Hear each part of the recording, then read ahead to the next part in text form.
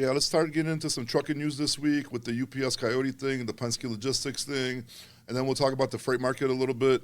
A lot of stuff going on, so let's get into this a little bit. 200 jobs. Most of them look like they're in the Washington, Oregon area. They're saying they're laying off some warehouse workers and truck drivers out there. Surprisingly, it's a pretty big company. I'm surprised they can't keep their employees and trucks busy. Washington, Oregon is a pretty dead area right now. A lot of stuff, like they're paying a lot of money to go in there, not a lot of stuff coming out. So I can see why there's a lack of work out there for sure. It's an area that I do a lot, so I'm pretty familiar with it.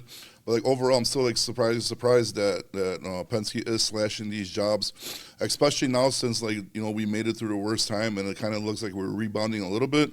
So it is kind of a shock that they're slashing this many jobs. There is a thing in the article that says that the company that owns them will be trying to facilitate new job offers for the people they're laying off, but the chances are nobody's going to relocate to a different location, different state, just to keep a job with them. So it is kind of messed up, but it is what it is with the market, so it's not surprising.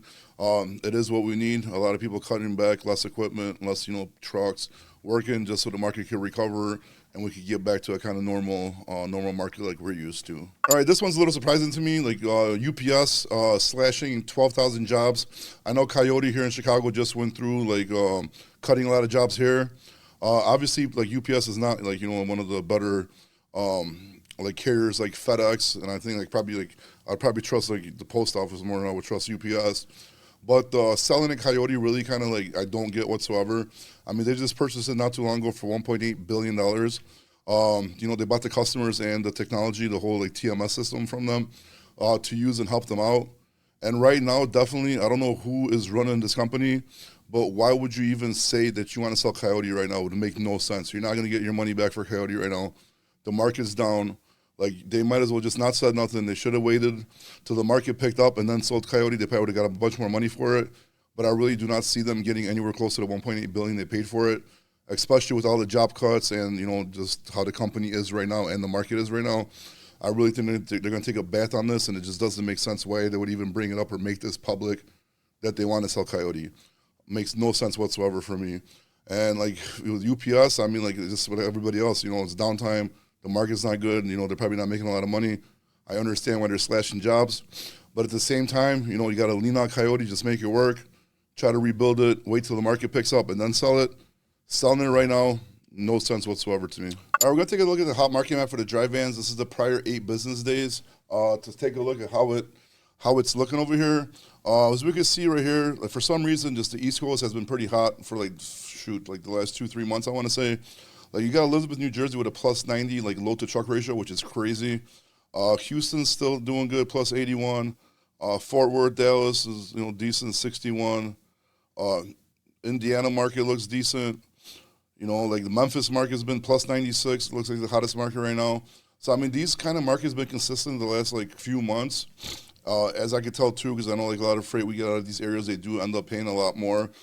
So if we go even this is the prior business day. So if we go to prior 8 business days, kind of pretty much, you're looking at the same thing here. Elizabeth's still hot, Houston, hot, decent. Memphis, plus 97.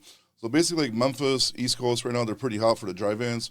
So that's really good. Something you should definitely take a look at when you're booking dry van freight to where to send your truck to get the, best money per mile for your truck, and you want to make sure that you're sending it from one good area, get it to another good area. So that way you're booking, loads that pay more better instead of just taking one really good rate to a bad area. Then you're just stuck out there and can't get nothing out of there. You got to take some really cheap money to get out of there.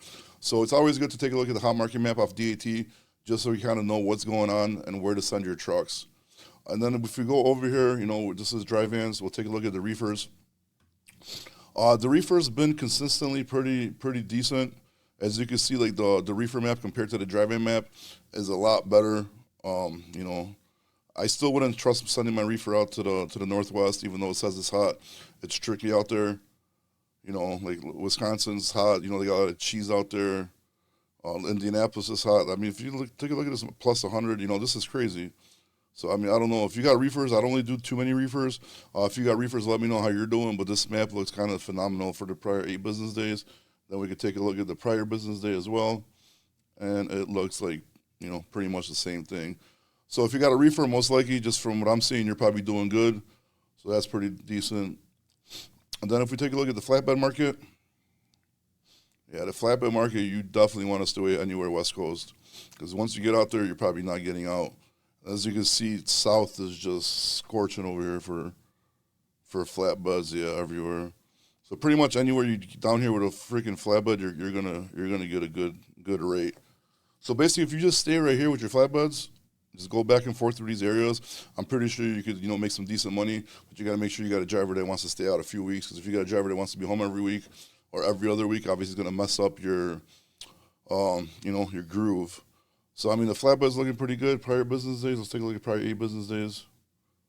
Prior 8 business days looks pretty much the damn same. So it looks like reefers and flatbeds are doing pretty good.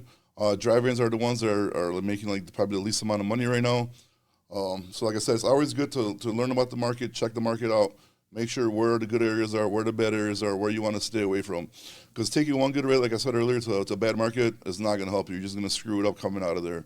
So always make sure you look, you study, you know where to send your shit so you can make the most money.